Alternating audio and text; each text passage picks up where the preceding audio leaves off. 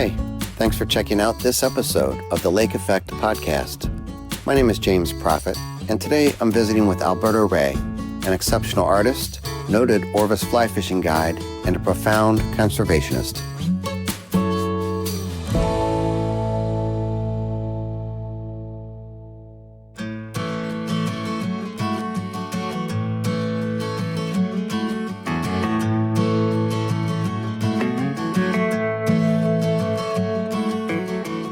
Hey, Alberto.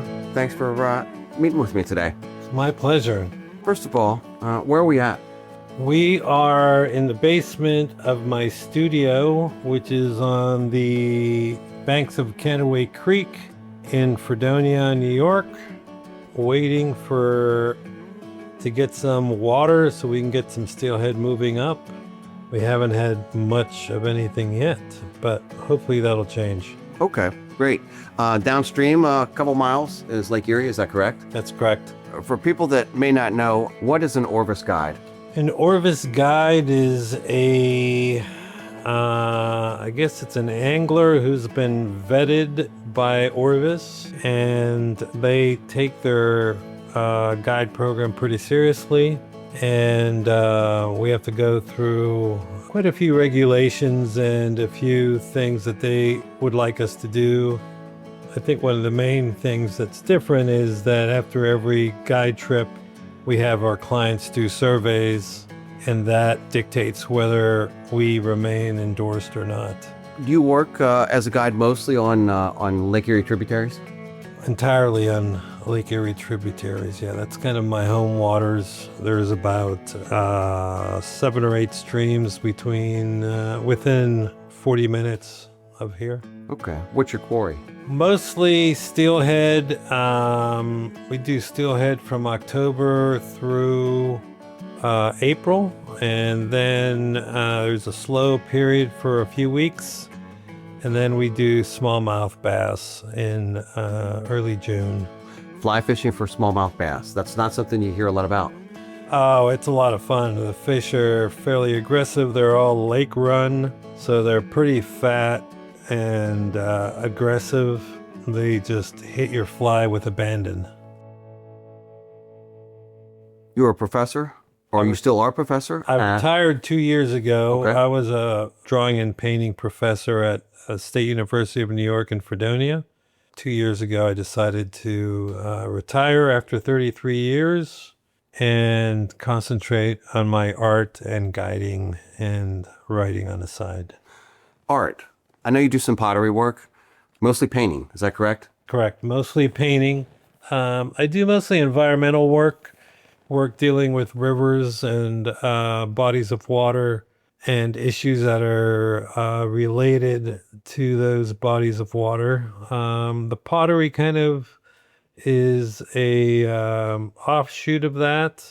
I mostly work in oils, and I do watercolors when I'm traveling and using the watercolors to supplement the content to my writing that I'm doing when I travel. A lot of your projects are prefaced with the words biological regionalism.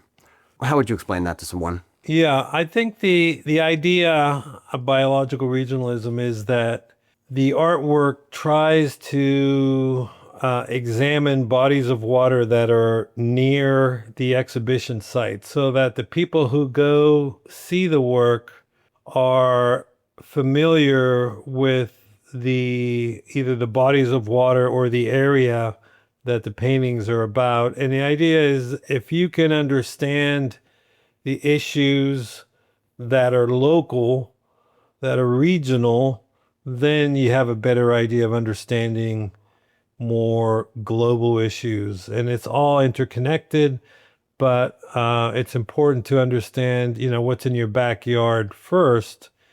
And by understanding that, you're more sympathetic to what might be happening around the world.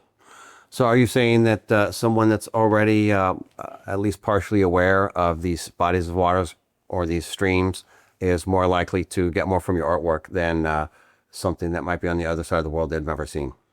Correct. I think if they drive by these streams or played in the streams when they were kids or fish on the streams, they're going to be more connected to this artwork. And then usually I try to put some artwork that is from around the world because a lot of the issues that we face locally, and it doesn't really matter where it is, they're universal issues. That anywhere that there's any civilized settlements along a river or a body of water is going to have environmental issues that can be relatable to any other stream in Nepal or Italy or Iceland. If those bodies of water aren't protected, then the chances are they're probably going to be degraded or polluted.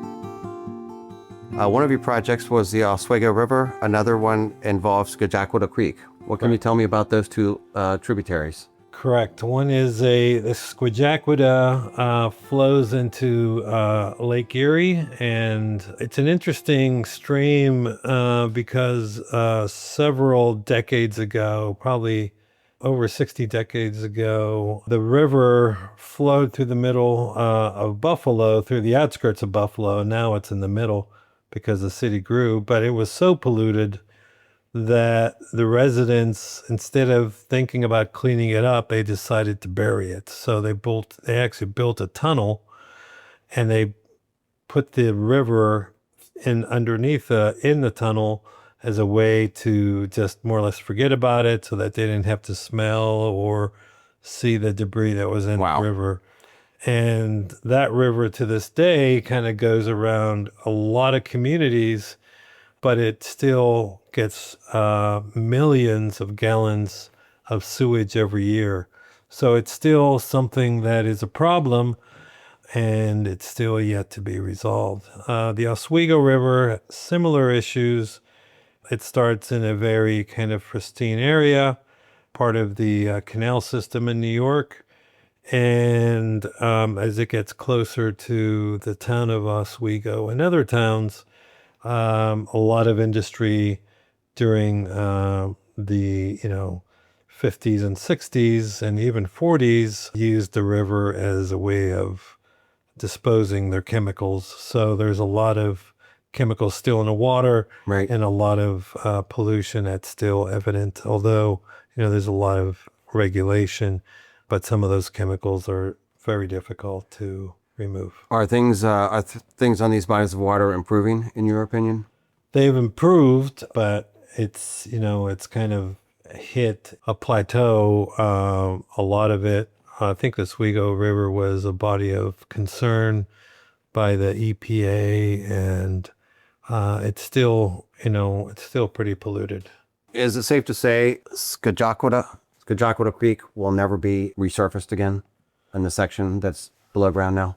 That's pretty safe. I think there's highways and buildings and campuses that are built on top. I don't think that's ever going to be. That's very unfortunate. Yeah. So you paint canvases and works of all size, small and large, but your exhibits and your work also encompass extensive writings, videos, photographs, and other materials. If someone goes to an exhibition to see your work, is it going to be different than going to a typical museum or a typical art gallery where the work is there and that's it? Yeah, I think for me, it's important that the work is accessible to a diverse audience. So if you're an angler, you'll go and you'll see the exhibition, and you might find these paintings about rivers and fish to be kind of interesting. If you're a scientist, you'll read the captions and you'll understand a lot about the scientific data that the creek that I've incorporated into the quality of the water. If you don't know anything about science or art, I think you'll find a lot of things that are in the installation that is accessible to those who, usually don't go to museums or galleries.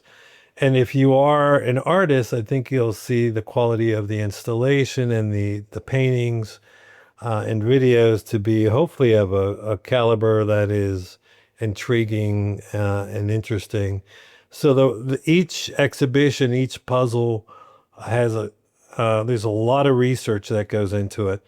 And consequently, I think if I were just to do a painting, a lot of information would be lost. So what I generally try to do is try to make that kind of complicated information accessible to the public through panels or videos.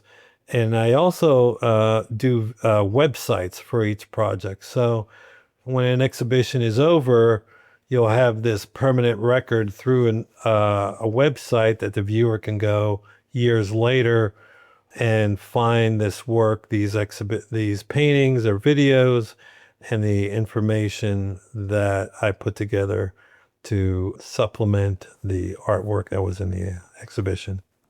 With the additional features that come with your artwork exhibitions, does this make your work more actionable than paintings only or drawings only by the consumer? That is the hope.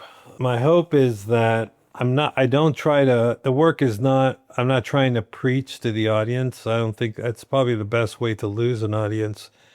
My approach is to present the information and then let the viewer decide what they want to do, if anything, and just hopefully understand a little bit more about their environment and be a little bit more sympathetic to what's happening, so that if there are decisions to be made in the future with policies and politicians, that they will have a better background from which to make decisions on how to move forward with those again, politicians or policies.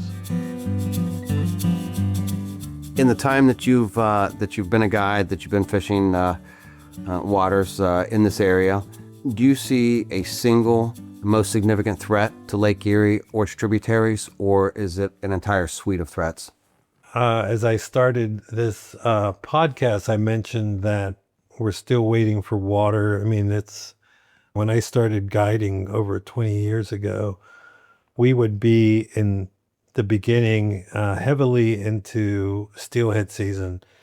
And what used to be, October used to be, a lot of fish, a lot of water. Now, we barely have any water, a small trickling of fish coming in. And so has changed quite a bit. Again, back then, I'd say the peak of the season used to be mid-November, and now it's mid-December. And what I mean by peak is that every stream that would have steelhead would have steelhead. And now that's, it's not happening until mid-December. So that keeps changing, and everything is connected. So, you change one thing and it kind of vibrates through everything else, or ripples through other things. So I think that's continuing to be an issue.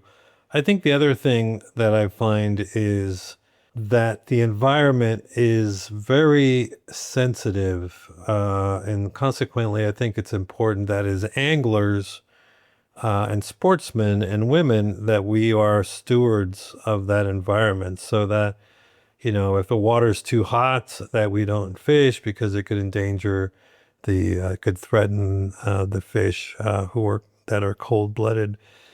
And we just be, more ethical in how we fish and how we, interact with other anglers, and, become more active in organizations that protect the environment. And if you don't have time to do that, then, support those organizations with funds if that's a possibility.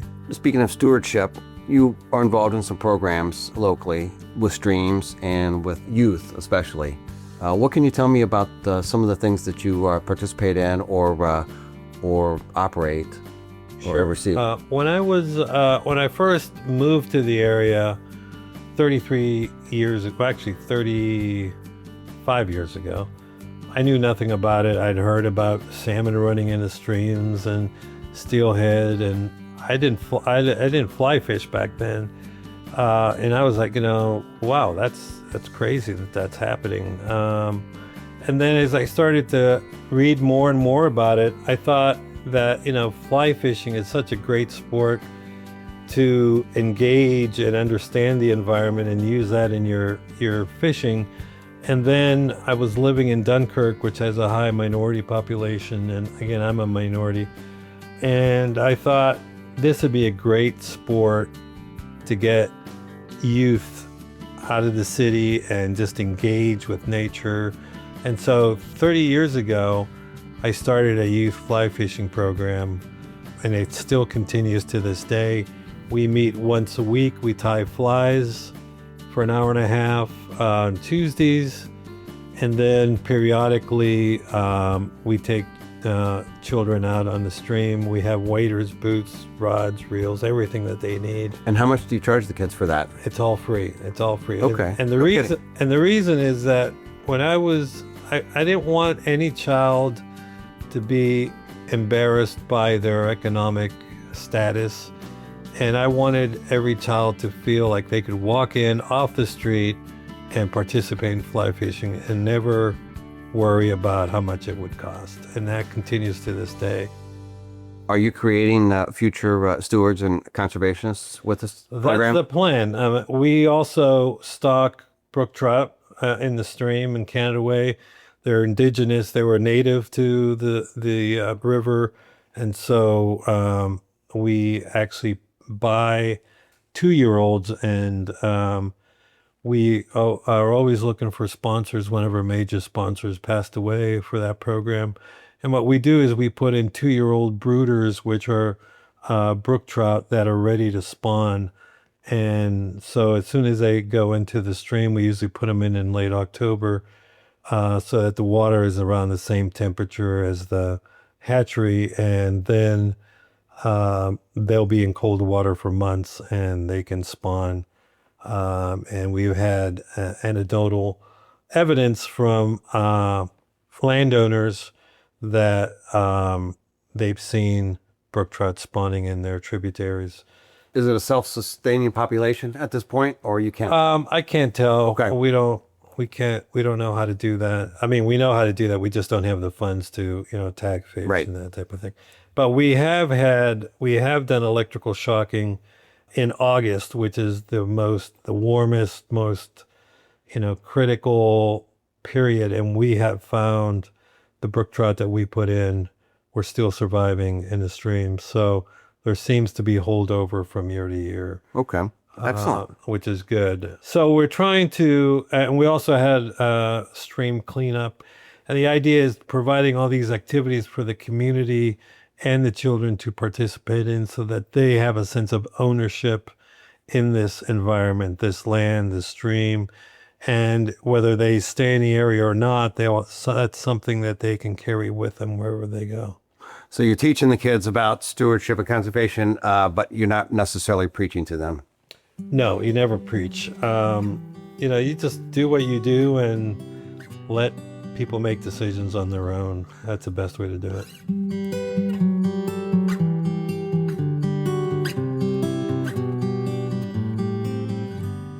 Most of your artwork historically deals with water, whether it's from the Bagmati River, Nepal, to local streams in this region on Lake Erie. What is it about water and humans? What's the connection that seems to be universal? As a guide, for me, I study water so much, and when guide season starts, I kind of feel like I have a pulse on all these streams and looking at water and rainfall and weather conditions, temperatures, and then you're on a stream, you look at the hydraulics and you look at how the fish, where they migrate and where they, tend to collect and how they move. And, it's just becomes part of who I've become.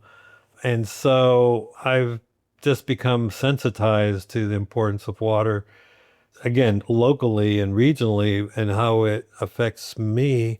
But when I look at these bodies of water around the world, I realize that it's very similar. I just came back from a 4.5 month trip around the world where I fished 26 different bodies of water. And it was interesting to me that a lot of the same flies we use here, mayflies and caddis, you can use anywhere around the world. There are some other bugs that are more distinctive that can, like the huge black beetles that are found in Patagonia. I mean, we don't get those here, but some of the staple of what we have in the United States can be used pretty much around the world.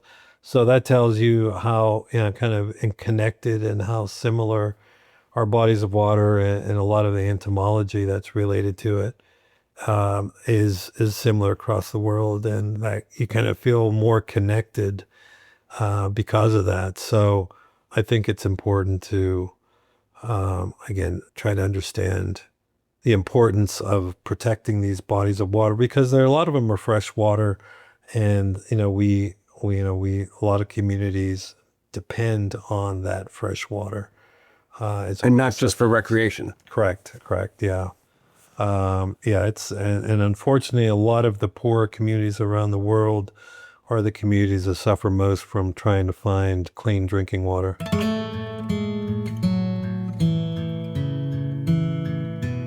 Is there anything else interesting or noteworthy that I have not asked you about either of these topics that people might want to know?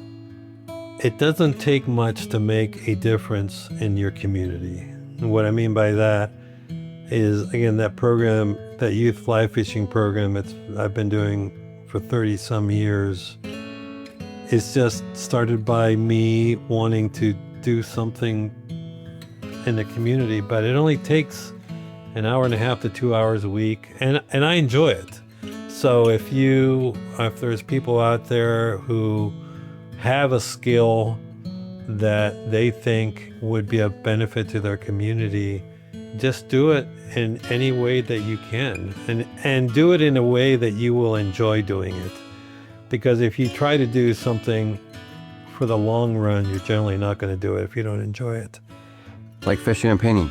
Exactly. Hey, Alberto, I really appreciate you taking your time out to talk to me today, and hopefully I will see you somewhere around the lake. Thank you. Yes, I'd love that. For more information about Alberto Rey, his life and work, including links to various projects, visit www.albertorey.com. Thanks for joining me for this edition of the Lake Effect podcast. I'm your host and producer, James Prophet. Our executive producer is Chris Pfeiffer. To hear more, go to wgte.org/Lake Effect. And I hope to see you somewhere around the lake.